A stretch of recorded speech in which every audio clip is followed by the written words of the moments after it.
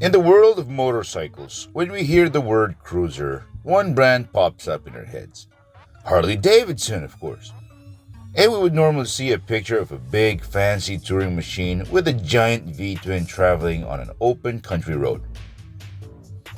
But when Royal Enfield announced a few years ago that they released a cruiser of their own, I was like, really? We live in strange times indeed, and every day it gets weirder.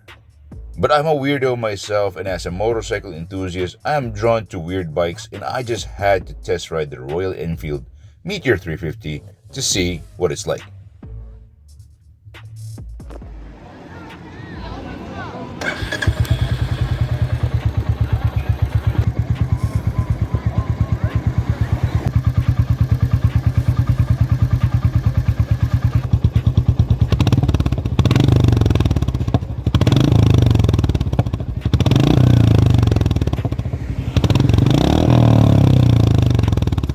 Normally, I would start a review like this with specs and numbers, but those figures do not speak for what a bike is like.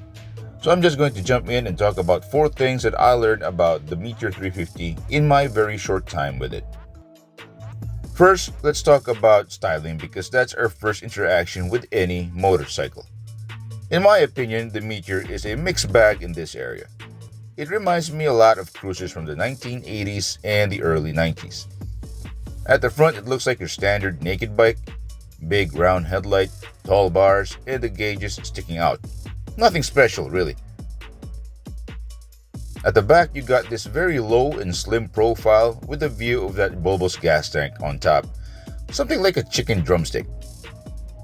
On the side though, you get this very retro cruiser vibe.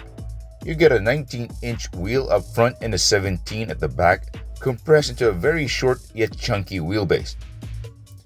If a Yamaha Virago 750, a 95 Triumph Thunderbird had a threesome with a Suzuki Savage, then this is how their child would look like. Now sitting on the bike is a different story, and this is one of the areas that I really like about it. The seat is low and wide at the back with great lower back support, just like how a cruiser should be.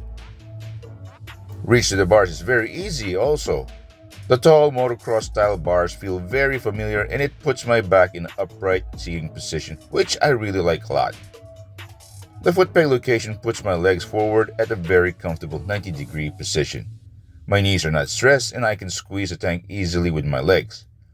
And since we are touching the bike itself, all I can say build quality feels light years ahead of the older Royal Enfields. Also, I really like the switches. No out of place buttons or weird switches.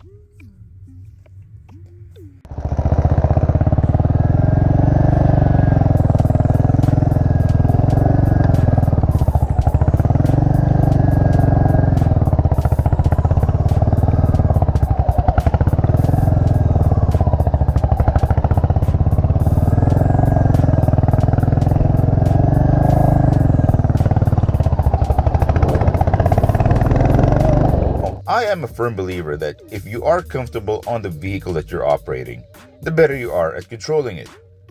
Riding the Meteor in heavy urban traffic is actually very enjoyable, hence my thumbnail for this video. For a good section of this test ride, I have been all smiles at how light and nimble this bike is and how compliant it is to my inputs. 20 horsepower and 27 newton meters of torque is not a lot to talk about, but the way the power is delivered makes it so predictable. No unexpected wheel spins under acceleration, and the bike just chugs in the first 3 gears. Shifting through the 5-speed transmission is very smooth and feels very secure.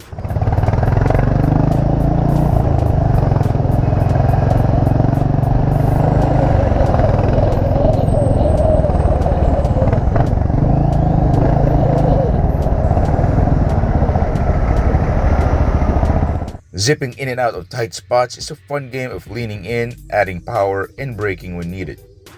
Now speaking of brakes, these are by Brembo, and all I can say is they work really well in this situation without any fading. What I really like about this bike is how light and balanced it is. It's very confidence-inspiring, almost like a supermoto.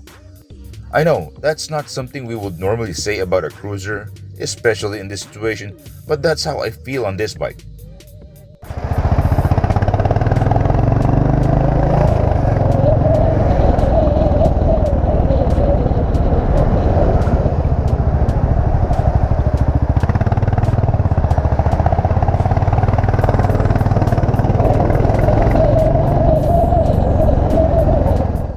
Now, before I talk about the fourth subject regarding this bike, I would like to thank Motor Ace Cebu for allowing me to take their bikes for a spin.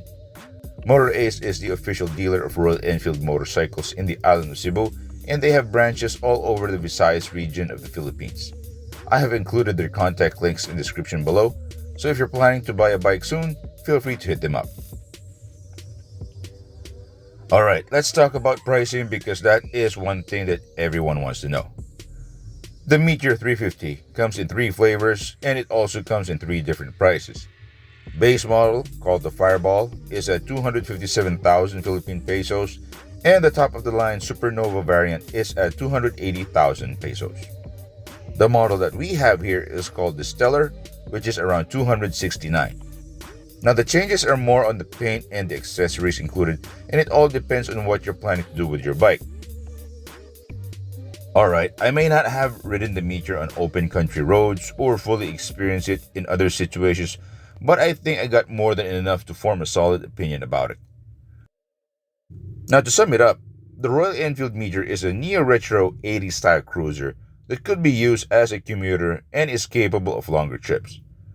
It's a decent fit for taller riders, and it's a manageable bike for shorter folks. Power may not be something to rave about, but it's more than enough to get the job done. Despite that, this cruiser provides all-day riding comfort and easy handling even on tight situations. I would highly recommend this to newer riders looking for a long-term bike, and this would also make a good second bike for the more experienced riders. Considering what it offers, I believe you're getting more than what you're paying for, and that's the best part about the Meteor 350. So what can you say about this bike? Is this something that you would consider? Or if you are an owner, feel free to share your experience. That's it for this video. Like and subscribe if you dig it, and I will see you in the next one. Bye.